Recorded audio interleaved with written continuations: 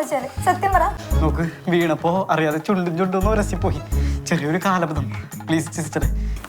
എടോ ഞാനൊരു കന്യാസ്ത്രീ അല്ലേ, താൻ എന്തിനാടോ എന്നെ ഉമ്മ വെച്ചത്?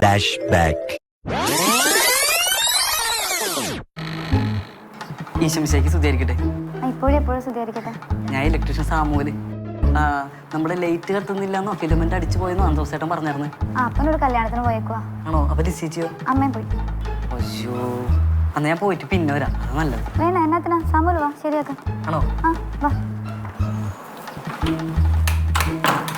സിസ്റ്റർ ലീവിന് വന്നായിരിക്കും അല്ലേ? ആ, വലിയപ്പന്റെ മോന്റെ പട്ടം. ഏത്? നമ്മുടെ ജെയിംസ് അച്ഛന്റെ? ആണേ. അതെനിക്ക് തോന്നിയായിരുന്നു കേട്ടോ. സാമൂല് കുടിക്കാൻ വല്ലതും എടുക്കട്ടെ? വിരോധം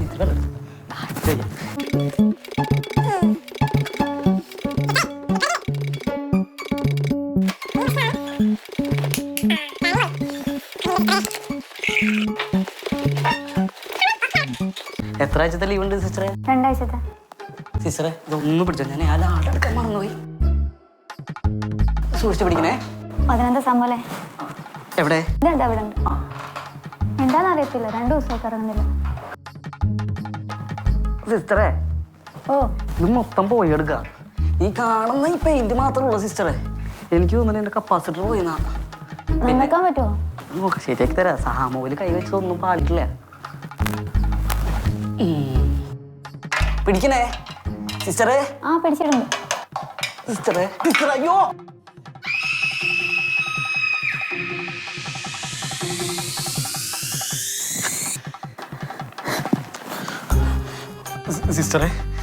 സിസ്റ്ററെ സോറി സിസ്റ്ററെ, അറിയാണ്ട് പറ്റിപ്പോയതാ സിസ്റ്ററെ.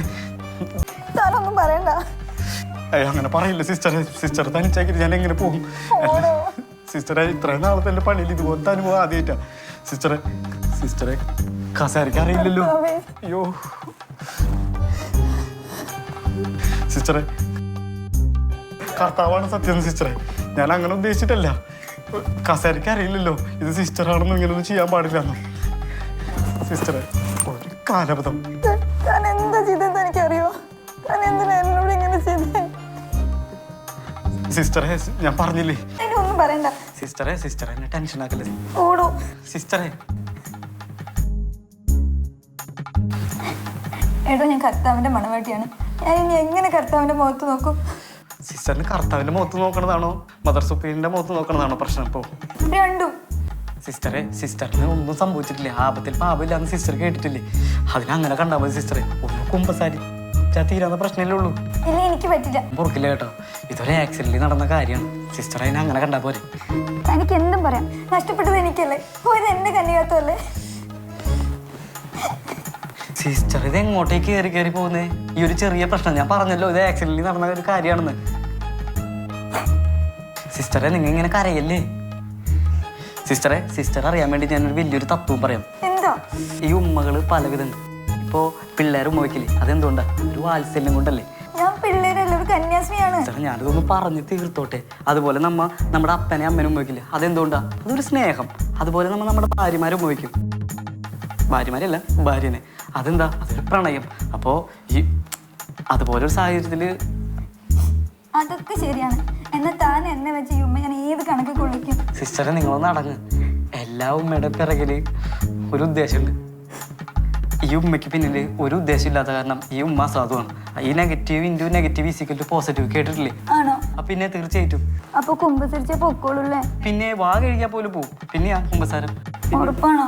ഉറപ്പ്. എന്നാ ഓക്കെ. എന്നാ പിന്നെ ഞാൻ പോയിക്കോട്ടെ സിസ്റ്ററെ. ഫാനിന്റെ കപ്പാസിറ്റർ ഞാൻ സിസ്റ്റർ പോയി കഴിഞ്ഞിട്ട് പിന്നെ ശരിയാക്കി തരാം. മനപ്രയാസമൊന്നും ഇല്ലല്ലോ അല്ലേ? ഇല്ല. പോട്ടെ സിസ്റ്ററെ. പിന്നെ എഴുതാൻ മറക്കരുത്. അപ്പോ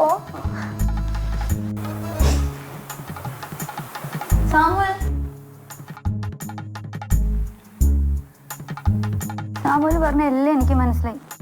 ഉമ്മയുടെ മനഃശാസ്ത്രം എനിക്ക് മനസ്സിലായി. പക്ഷെ ഒരു കാര്യം മാത്രം എനിക്ക് ഇപ്പോഴും മനസ്സിലായിട്ടില്ല. എന്താ? താനെന്നെ ഉമ്മ വെച്ചതിന്റെ ഇടയ്ക്ക് എന്റെ ചന്തി കയറി പിടിച്ചെന്തിനാ? അതിന്റെ ക്ലാരിഫിക്കേഷൻ കൂടി തന്നിട്ട് പോവോ?